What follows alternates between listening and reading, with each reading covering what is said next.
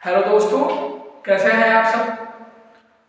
आशा है आपकी बोर्ड परीक्षा की तैयारी बहुत ही अच्छी चल रही होगी, क्योंकि अब हमारे पास गिनती के दिन बचे हुए हैं बोर्ड परीक्षा की तैयारी करने के लिए। और अगर अभी तक आपने अपनी बोर्ड परीक्षा की तैयारी को बुलेट ट्रेन नहीं बनाया है तो प्लीज प्लीज प्लीज हमारी रिक्वेस्ट है आपसे कि उसे बुलेट ट्रेन की तरह ही चलाइए और अपने सब विषयों की तैयारी बहुत अच्छे से करिए।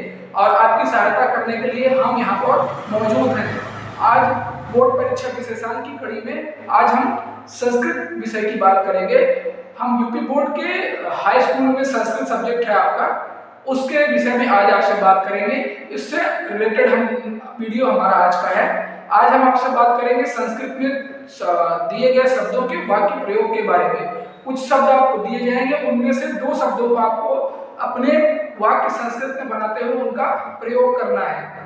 कहाँ करना है, कैसे करना है, इसी बात पर हमारा वीडियो है। और इससे आपके 4 नंबर बनते हैं। यह 4 नंबर का क्वेश्चन आपका बनता है और ये बहुत ही इजी होता है। अगर आप थोड़ा सा अपना दिमाग खर्च करेंगे तो आप 4 नंबर ये आसानी से ले पाएंगे। ठीक है दोस्तों, आइए शुरू करते हैं। देखते हैं इसके लिए मैंने किया क्या है कि एक क्वेश्चन लिया है, जैसे आपका बोर्ड एग्जाम में क्वेश्चन आता है उसी तरह के क्वेश्चन बनाया है और उसको मैंने पूरा का पूरा एक्सप्लेन किया है। आप वीडियो को स्किप मत करिएगा, प्लीज हमारे तक लास्ट तक बने रहिए। आपका ये 4 नंबर बहुत ही महत्वपूर्ण है। बहुत से लोगों को ये समझ में नहीं आता कि हम इसका करें क्या। ठीक है, तो प्लीज प्लीज प्लीज हमारे साथ लास्ट तक बने रहिए। और देखिए प्रश्न कुछ इस तरह से होगा, निम्न में से किन्हीं दो पदों का संस्कृत में वाक्य प्रयोग कीजिए। प्रत्येक वाक्य पद के वाक्य प्रयोग के लिए आपको 2 नंबर मिलेंगे। टोटल 4 नंबर का ये क्वेश्चन, एक क्वेश्चन ये 4 नंबर का होता है। आपका ये आपके संस्कृत के प्रश्न पत्र में हाई स्कूल के अंतिम क्वेश्चन यही होता है। लास्ट क्वेश्चन यही रहेगा। आपको 4 नंबर इससे मिलते हैं। ठीक है दोस्तों, करना क्या कुछ नहीं है। आपको ऐसे ही आपको 5 शब्द दिए रहेंगे, उनसे आपको छोटे छोटे वाक्य बनाने हैं। तो जब आप 5 शब्द आपने देखे, उनमें से पहले 2 या 3 शब्द आप समझ लीजिएगा जो आपको सबसे सरल लग रहे हैं, जो आप अच्छे से आसानी से बना सकते हो दोस्तों, उन्हीं पर जाइएगा। फालतू के पचड़ों में मत पड़िए कि हाँ मैं सारे क्वेश्चन मैं ये कर लूंगा, मैं ये भी कर लूंगा। नहीं, जो आपको सरल आ रहा है, सटीक आ रहा है, अगर आपको इनमें से किसी के साथ वाक्य अगर आपको याद है तो अच्छी बात है, आपको लिख दीजिए। अगर नहीं याद है तो एकदम सरल और स्पष्ट भाषा में छोटे से छोटा आप वाक्य प्रयोग इसका करिएगा, जिससे का अर्थ आपको पता हो। ठीक है दोस्तों, जो सही सही हो, इसका अर्थ सही सही निकल रहा हो, तभी आपका वाक्य प्रयोग सही माना जाएगा। कि आप किसी दूसरे के कहने पर, अपने मित्र यार के कहने पर, या अगर आपको कहीं से मित्र यार के कहने पर आपने अगर छोटे हैं दोस्त, अगर भाई भाई करते हैं और उसी के चक्कर में भाईचारा निभाने चक्कर में आपके नंबर चले जाते हैं, तो ऐसा कदापि मत करिएगा दोस्तों। अपने दिमाग से थोड़ा सा आप दिमाग लगाएंगे तो आपका काम हो जाएगा। ये शब्द आपने सुने होंगे, ऐसे ही शब्द रहते हैं, ये शब्द आपने सुने होंगे। आइए हम देख लेते हैं कि कैसे इनका वाक्य प्रयोग किया जाएगा। जैसे गणेशाय, हम सभी पूजा करते हैं गणेश भगवान की, करते हैं ना, सब कहते हैं भैया श्री गणेश कर दो, कहते हैं क्या ये किसी काम का श्री गणेश करते हैं, तो आइए हम भी श्री गणेश करते हैं। गणेशाय, अगर ये शब्द आ जाए तो इसका वाक्य प्रयोग कैसे होगा, श्री गणेशाय नमः। ये क्या हुआ, ये आपका संस्कृत शब्द भी है, आप हिंदी में इसे पढ़ते हैं, क्या ये संस्कृत शब्द है, श्री गणेशाय नमः। अब आपके गणेशाय शब्द का वाक्य प्रयोग हो गया, आपको 2 नंबर मिल गए। इसी के साथ ऐसे ही अगले शब्द जो हैं उनके भी वाक्य प्रयोग किए जाएंगे। जैसे दूसरा शब्द है आपका त्वम, त्वम माने होता है तुम, तो त्वम का वाक्य प्रयोग करेंगे हम, त्वम सत्यम वदामि, त्वम सत्यम वदामि। हिंदी होती है इसकी तुम सत्य बोलते हो, तुम सत्य बोलते हो, त्वम सत्यम वदामि। ये आपका तुम धातु का रूप भी चलता है, तुम युवम युवम चलता है। उसी तरह ये है क्या, ये आपका त्वम का मतलब होता है तुम, तो तुम सत्य बोलते हो या तुम सच बोलते हो, तुम सत्यम वदामि। दो वाक्य हो गए। आपको मान लीजिए तुम का नहीं आ रहा है, किसी किसी को होगा गणेशाय नहीं आ रहा, तुम नहीं आ रहा, तब क्या करेंगे, नीचे वाले का कर लीजिए, कोई भी आप कर सकते हो।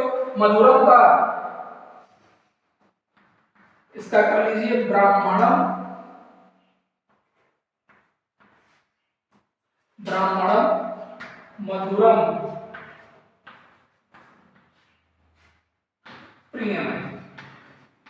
ठीक है दोस्तों, एकदम सरल सरल वाक्य प्रयोग आपको करना है। उसमें विभक्ति कारक और इससे आप वो मत भ्रम मत पैदा करिए। एकदम सरल सरल छोटे छोटे सटीक वाक्य जिनका जो कि आप आसानी से बना सकते हैं। मधुरम शब्द आया तो इससे मेरे दिमाग में आया मधुरम, ब्राह्मणों को मधुर, मधुर मतलब मिष्ठान बहुत प्रिय होता है, किसी भी ब्राह्मण को मिष्ठान बहुत प्रिय होता है। मिठाई तो सभी को प्रिय होती है, मगर हमें यहाँ वाक्य प्रयोग करना है, इसलिए हमने क्या लिखा, ब्राह्मणम मधुरम प्रियम।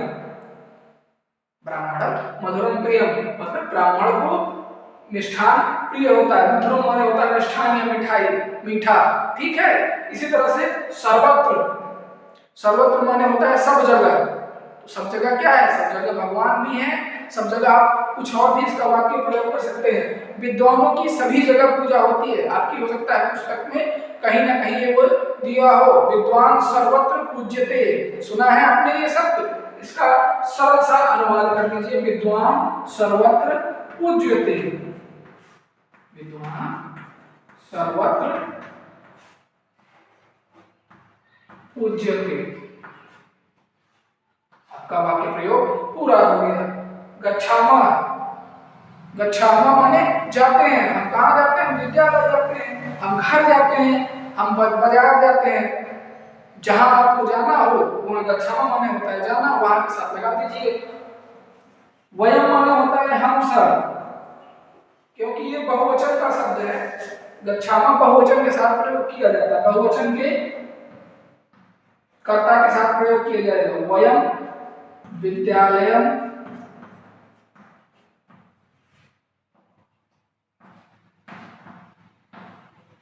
गच्छामा।